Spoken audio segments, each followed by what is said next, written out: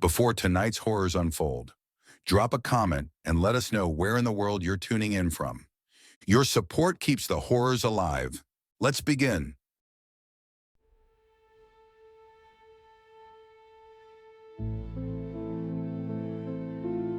When my little brother Jerry got married, I was asked to step in as a bridesmaid for his wife-to-be.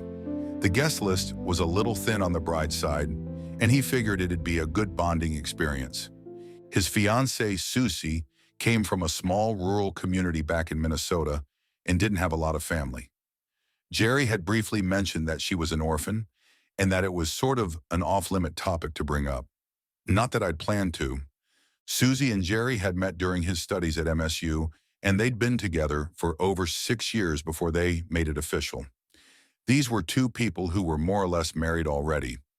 On their wedding day, I tried my best to cater to Susie's needs. She seemed a bit down, but I figured it was just cold feet. I didn't want to pressure her, so I held my tongue and observed. There were a lot of little things that stood out to me. The way she sighed at her reflection, the way her eyes sunk when she saw the flower arrangements. She didn't say anything, but there was a sort of lulling discontent on her face. As we waited for the dress, I found her pouting on an ottoman outside the bathroom. I joined her, giving her a curious look. "It's all beautiful," I assured her. "All of it. I can tell you put a lot of thought into it." "It's not a big deal," she smiled, "but it's not perfect. I mean, nothing is, but you know." "I get it, yeah," I nodded. "Nothing's perfect. It's not that. It's like—" She turned in her seat, facing me with a furrowed brow. "Nothing is really, truly beautiful. It's all right, but nothing is like I want it to be." "What would you change then?" I asked. "If you had more time?" "That's just the thing," she groaned. "I have no idea. It's just a feeling, you know?" There were a couple of surprises for Susie, though. Jerry had gone out of his way to make her happy. He had managed to track down her mother's wedding dress, something that had been put up for auction years ago when some of the family's estate was sold off to pay for Susie's education. He'd also made a bridal bouquet from the vivid pink flowers that grew in the backyard of her childhood home. These were all surprises, but he had backups on backups if she didn't like them. Green flags all around. When the dress arrived, Susie got this strange expression on her face, like recognition, disbelief, and amazement all rolled into one. She cracked a smile and twirled around the room with it, hugging it like an old friend. It was certainly unique, an old-fashioned blend between a drop waist and empire cut. She held the dress up and stared at a mirror, speaking to me without looking away. "It's not perfect, but it's getting there," she smiled. "It's almost like I picture it. I feel it." I handed her the bridal bouquet, watching the pink petals reflect in her eyes. "I really do feel it. Right here." She put her hand on her stomach, smiling from ear to ear. The ceremony itself was beautiful.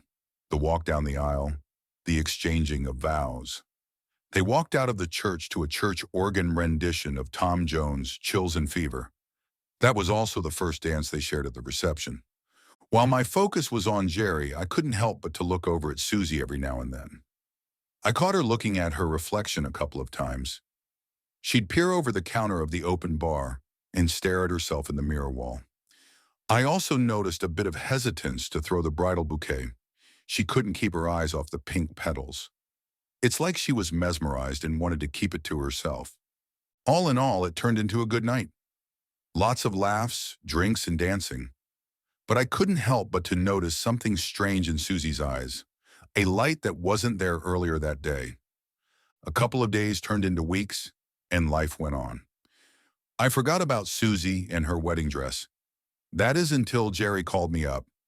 He wanted to have lunch and catch up. Jerry and I have always had a good relationship, but we didn't really spend time on our own. We mostly just met for big events. To have him willingly seek me out rang some alarm bells. I met him at a cafe downtown. I had a sandwich. He got nothing, not even coffee. I could tell he was trying to keep a brave face, but there were worrying signs. I caught him yawning, and he had a slight shake to his hands.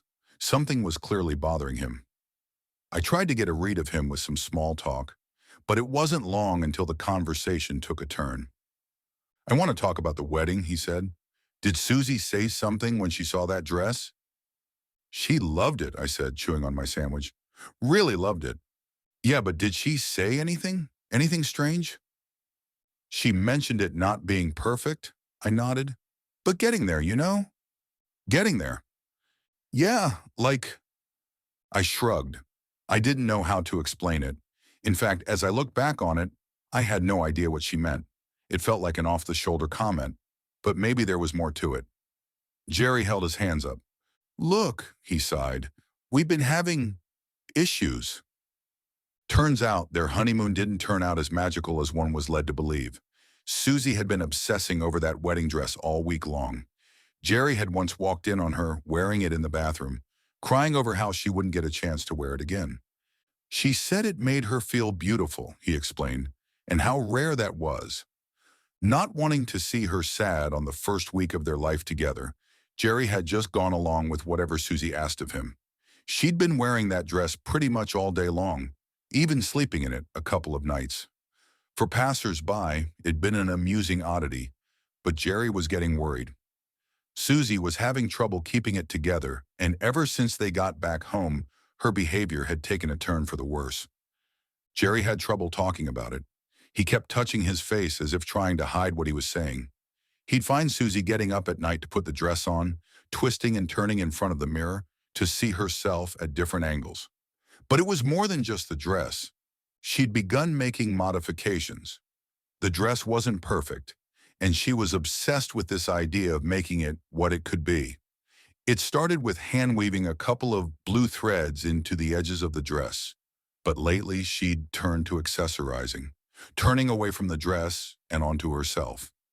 The perfect makeup, the right shade of nail polish, that kind of thing, Jerry explained. I've seen her looking up tattoo places around town. I don't know what to say. Look, you married her, I smiled. In sickness and health. Just be there for her, Jerry. I'm all about that, he nodded. But this ain't normal, and I don't know where it's going to stop. Jerry leaned back, dragging his hands across his face. She scares me. I got a couple of updates over the next few days. Susie had changed her hair, her nails, and she was wearing her makeup in an unusual way. Jerry had trouble explaining it.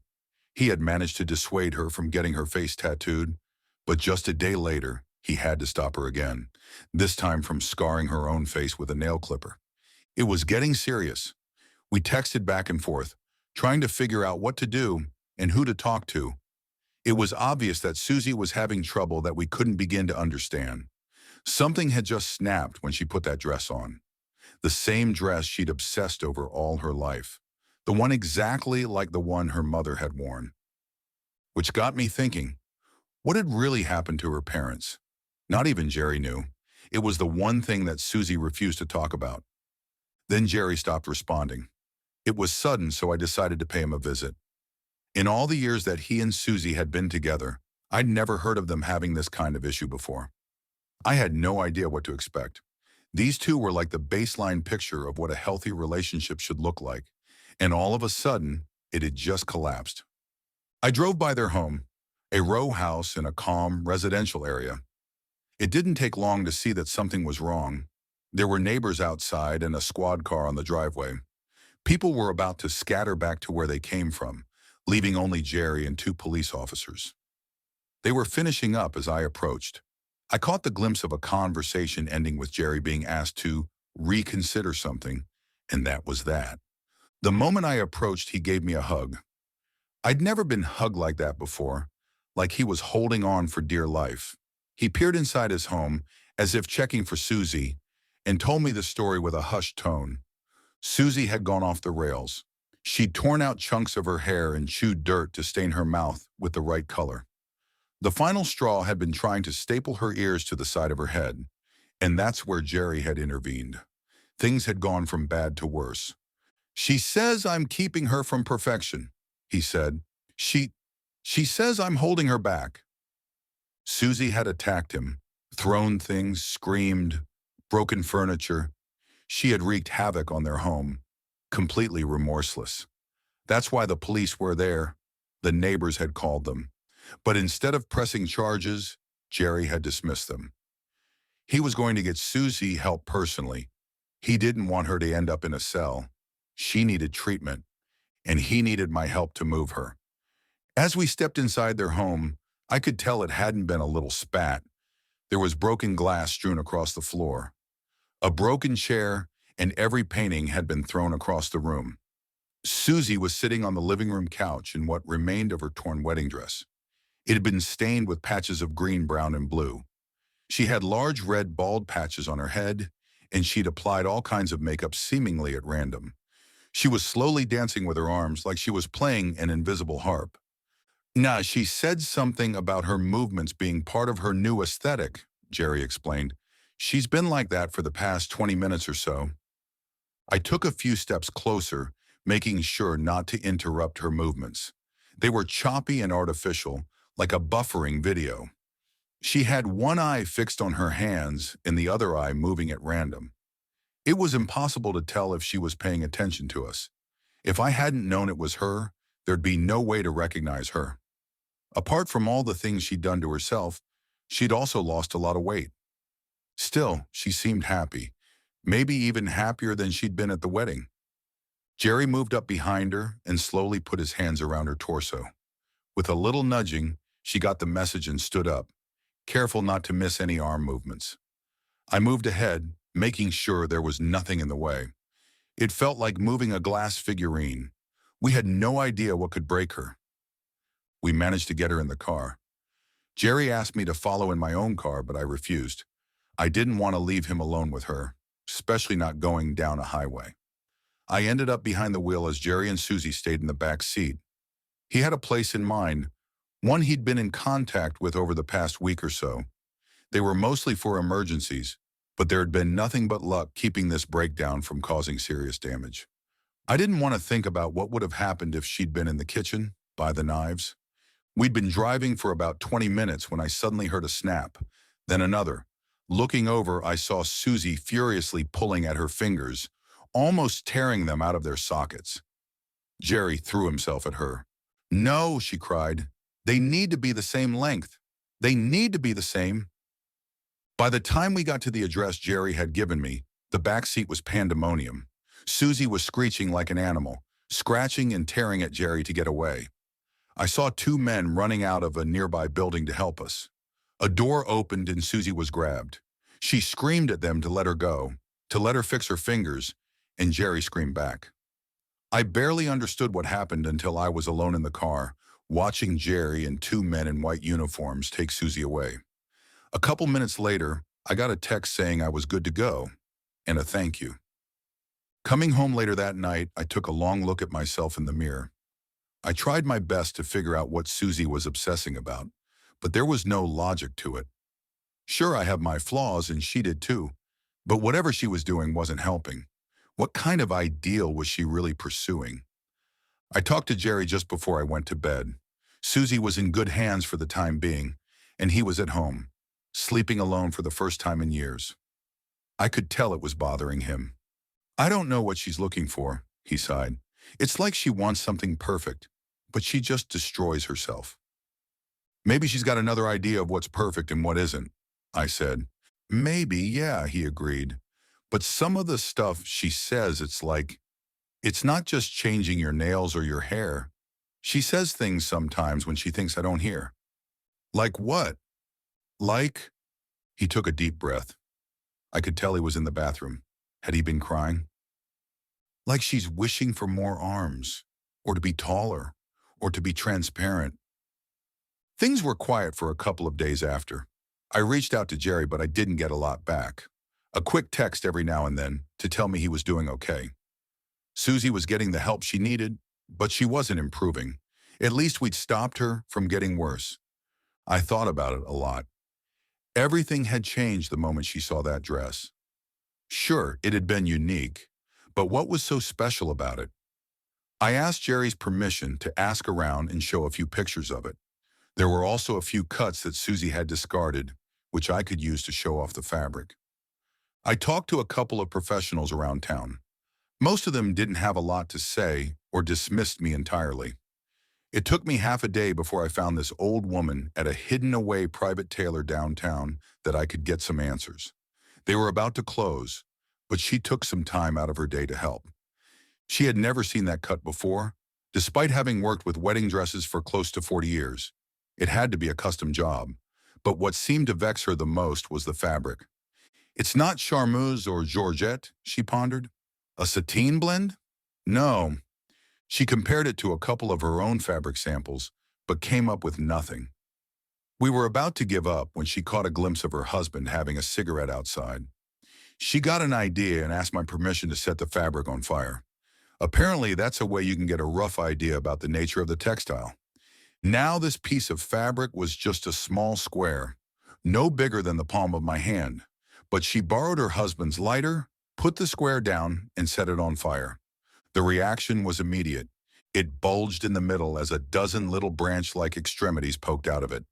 They grew, twisting and turning like a dying snake. The fabric turned from a bright white to a dark blue with a metallic sheen. The branches grew thicker, reaching further and further out, morphing into a petal-like flat surface. By the time the whole square was consumed by fire, it had spread out like a chemical grenade had gone off. At a distance, it was almost pretty, like a blue sunflower.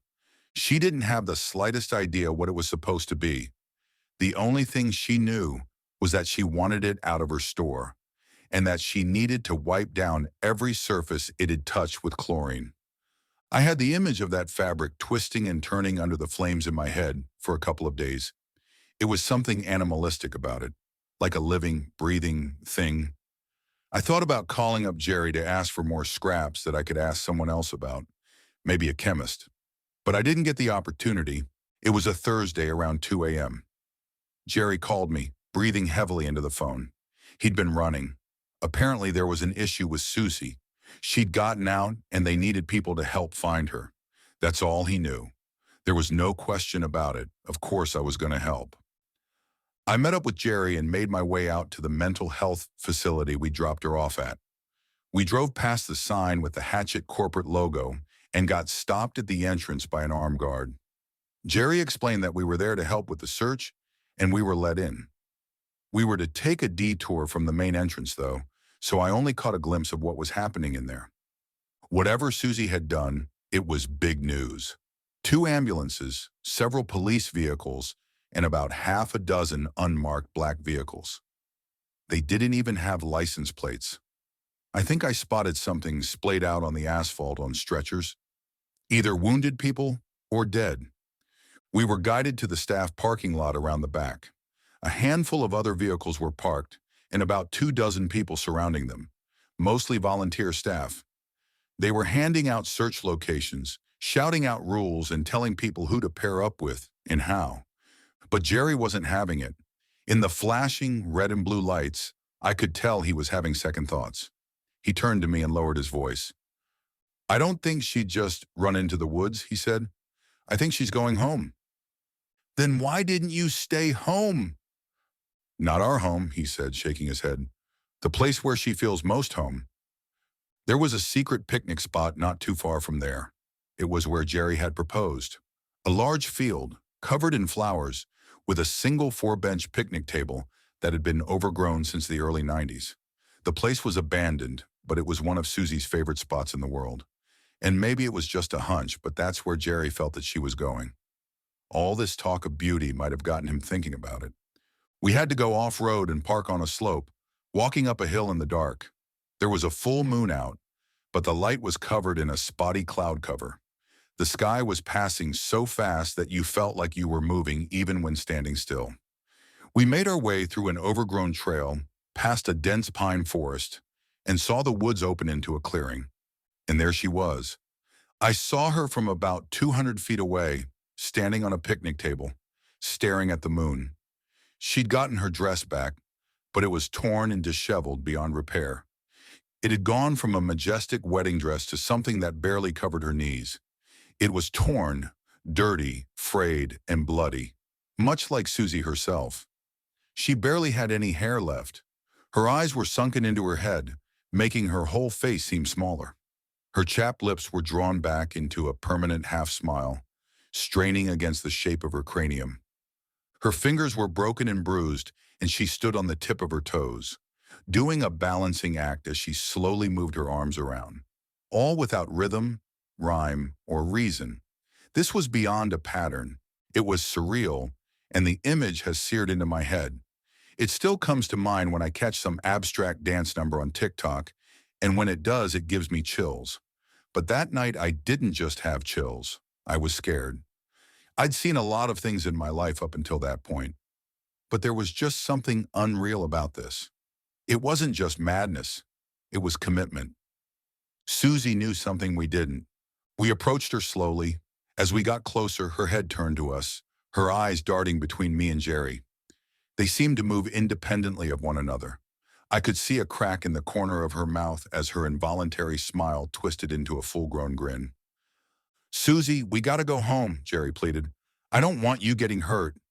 She turned her back on him, looking out into the fields beyond. Whatever she saw, there was something far more interesting than what I and Jerry could offer. Still, he didn't give up.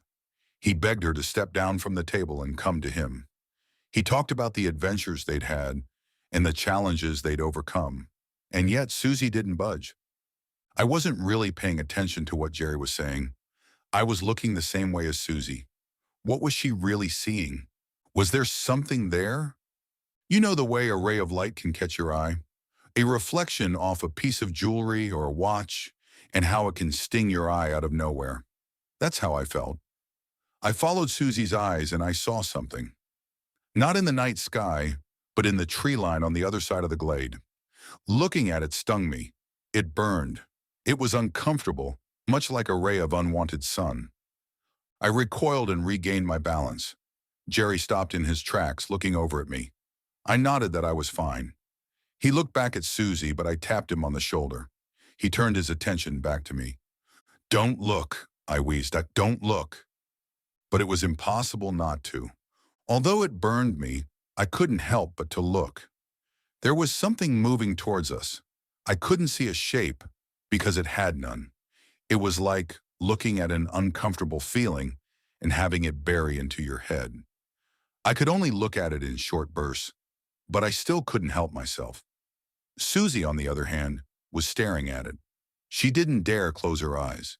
As her hand movements relaxed and slowed, I saw her shoulder slump. "They think I'm beautiful," she cried. "They'll make me perfect." "Susie, what are you?" "They can help you too," she sniffled. "We can both go." Then she turned to her eyes trembling like a cold dog. She smiled at me with missing teeth, revealing a bloody tongue. Her left eye found me. "You too," she said. You can come too." Jerry not only stopped, but stepped back. He could feel it too. We were being threatened. There was no way Susie could overpower us both, but that wouldn't matter. She wasn't the threat here, and we didn't even understand what was. But looking across the field, I could tell it was coming closer, leaving a trail of flattened grass as it beelined towards us. "Come on, Jerry," she laughed. "Hurry!" He fell backwards, covering his face with his hands. Something in me told me that I ought to do the same, but I didn't. Instead, I turned back to Susie. Whatever was moving out there had reached her. Looming over her like a storm cloud, I could feel it. The longer I looked at it, the more complex the sensation. At first, it was like a burning pain behind the eyes, leaving a cold and exposed nerve. That nerve tingled with a resonance, painting pictures in my mind like a seismograph. It was happening faster and faster, leaving only fleeting impressions of a being. It had arms longer than bone and skin. It knew words that gave way to thought. It was perfect, beautiful, and real. Maybe the realest thing I'd ever felt. A transcendent something that had gone past the physical and the immediate, instead surviving as an ideal. As the most beautiful thing you could imagine. Fleeting, ever-changing, ever-inviting, and impossible to put into form. This was what Susie had been chasing. She had made herself a mockery in an attempt to create something that couldn't be, and it had recognized her efforts. Looking at Susie for one final time, she screamed with ecstatic joy. And in the blink of an eye, it happened. Her flesh unraveled into a transparent jelly. Her arms bent, snapped, and unfurled into frayed knots. Eyes glowing a pure white as her tongue boiled behind crackling teeth. I saw her head twist like a balloon in a storm as her spine left her body. And she laughed. She laughed and cheered to the very end, overjoyed as to come what may. Then she was just gone, dress and all, leaving nothing but a spatter of sizzling stains on the edge of the picnic table. Something turned to me. Even without looking at it, I could feel it looking. Despite everything in me screaming to look away and to deny, there was a part of me that was drawn in by what I'd seen in Susie. Her joy was as pure could get. I wanted to accept it, to explore it. The picture in my mind was growing clearer, and I remember feeling this unearthly sense of peace. I didn't just belong. I was meant to be, and I was beautiful. But luckily, Jerry was there. He dragged me down, screaming at me to snap out of it. I hadn't even noticed it, but I was laughing. I had been staring at my hands as if they held some kind of answer. What was I doing? Realizing how close I'd been to losing control, I just hugged my brother and cried. He was inconsolable. We could barely form words as whatever presence we'd felt dissipated, leaving us alone in the dirt, ugly, imperfect, and ourselves. Over the weeks to come, we'd get a bit more context as to what had happened. 2 caretakers had mysteriously disappeared, and a third had been found dead in the break room. The death was described as an accident, but from what eyewitnesses have been telling me, he died in a way that can only be described as a man going through a full-body microwaving. Susie, well, she was just reported missing. What else was there to say? There was no sign of her, and Jerry couldn't very well say that she evaporated. Instead, he was tortured for weeks, asked to keep his chin up, and getting constant reminders that hope was always the last thing to die. They didn't know any better. They didn't know that hope died with a laugh. I think back on that night a lot. I wish it had had a face. I wish I could visualize this singular thing, to put into words what this looked like. But it's impossible. There are no words to describe it. Sometimes in the shower, I try to make up new words for it. They come naturally to me, but I sound completely mad. Nowadays, when I look in the mirror, I don't really see flaws. Not like I used to. I don't see my nose as a little crooked or my teeth as a little yellow. No, it's bigger than that. It's the sense of being stuck in something static and unchanging, confined. I find myself dreaming of being this cosmic jellyfish, floating formlessly through nothing, barely held together by anything but vague remains of what I was supposed to be. I'm sorry, it's strange. It's really, really strange. And so ungodly beautiful.